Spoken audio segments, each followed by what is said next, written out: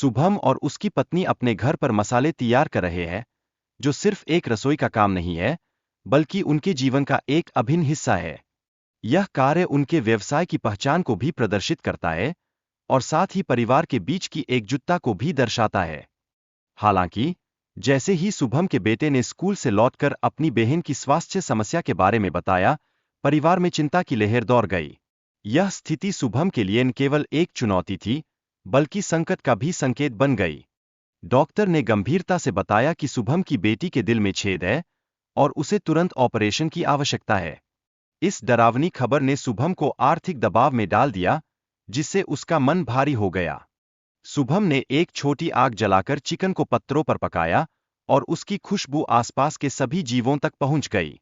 इस महक ने राक्षसों का ध्यान आकर्षित किया और उन्होंने उसके पकवान को चखने का निर्णय लिया। जब राक्षसों ने शुभम से उसके पकवान के बारे में सवाल किया, तो उसने ईमानदारी से बताया कि वह मुर्गी का मांस पका रहा है।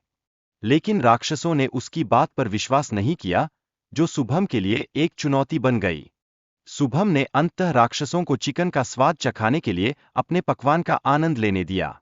इस अनुभव के बाद राक्षसों ने शुभम को पसंद किया और उससे रोजाना खाना बनाने का प्रस्ताव रखा। शुभम ने अपनी बेटी का इलाज करवा लेने के बाद एक बड़ा घर और नई कार खरीदी। इस बदलाव ने न केवल उनकी आर्थिक स्थिति को बेहतर बनाया, बल्कि उनकी जीवनशैली में भी एक नया मोड़ ला दिया। ढाबे के मालिक काता और उनकी पत्नी अद्भुत इंसान थे। इस बीच फैक्ट्री के मालिक कमल की लालच और कपट ने उसे गलत मार्ग पर डाल दिया। वह अपने काले धन को छुपाने के लिए कई अनैतिक तरीके अपनाने लगा, जो उसकी गिरती हुई नैतिकता का संकेत था। कमल ने अपने ढाबे के लिए बीमा राशि प्राप्त करने के चक्कर में बार का एक योजनाबद्ध मंजर तैयार किया। यह उसकी चालाकी और लालच की एक स्पष्ट छवि प्रस्तुत करता है।